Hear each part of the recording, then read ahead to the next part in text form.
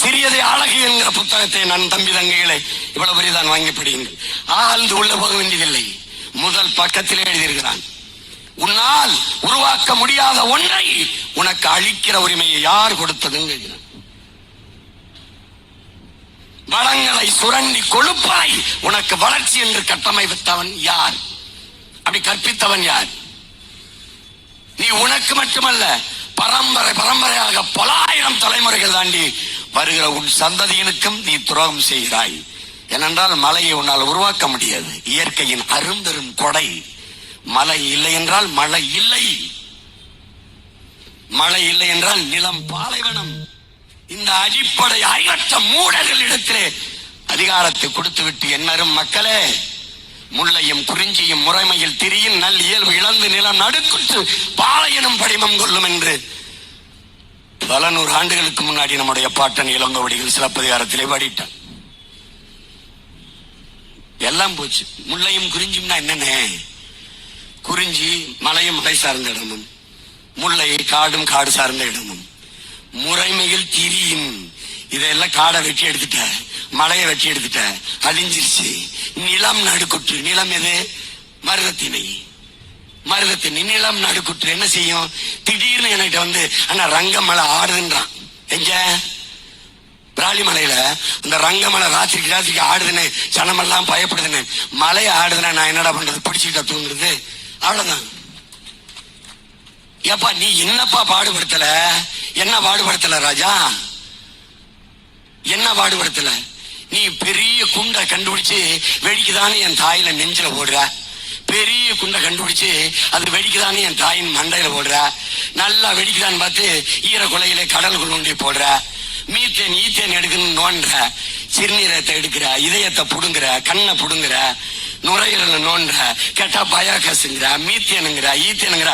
அட முட்டா பயல்களே, மக்கிய மரக்கழிவு, இலைதலை கழிவு, ஆடு மாட்டு கழிவுல இருந்து எவ்வளவு வேணாலும் பயாகஸ் இந்த மீத்தேன் ஈத்தேன் எடுக்கலாம்னு கத்தியே செத்து போனாண்டா எங்க பெரிய நம்மாழ்வார்.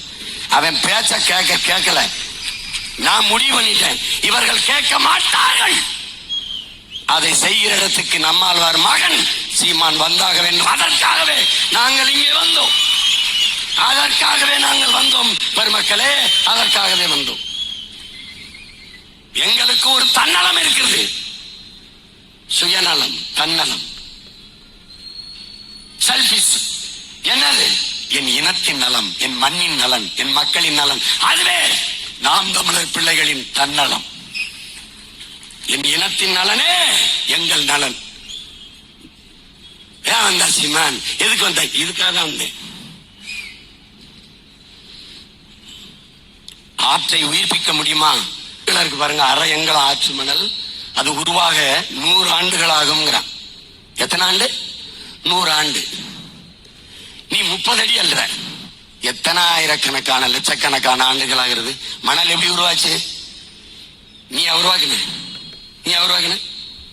அருவி. கடல் நீர், சூரியன் தந்தை, கடல் தாய், 2 பேர் இணைவுல நீராவியாகி மேல போகுது.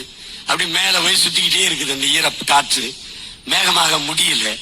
எல்லா வியர்வை, என் வியர்வை, உன் வியர்வை, விலங்குகளின் வியர்வை, மரங்களின் வியர்வை, பறவைகளின் வியர்வை எல்லாம் நீராவியாகி போய் அங்க போய் சேருது.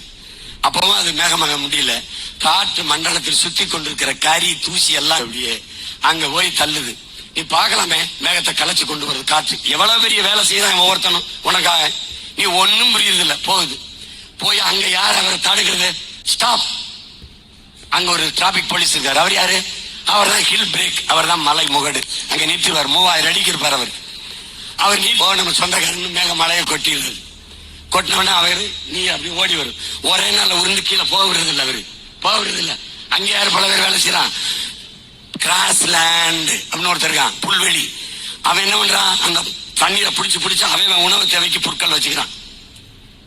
ஒரு புலி செத்து போனா 26,000 மனிதர்களுக்கான குடிநீர் தேவை நின்று போகுதுங்கிறான். குடிநீர் குறைஞ்சு போகுதுங்கிறான்.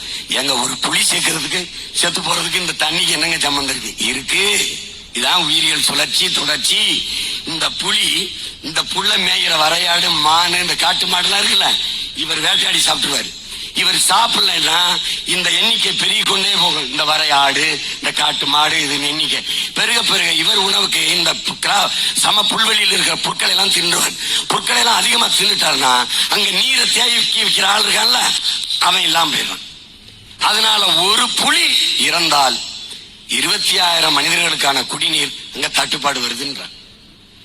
அங்க சோலை காடுகள் இருக்கு.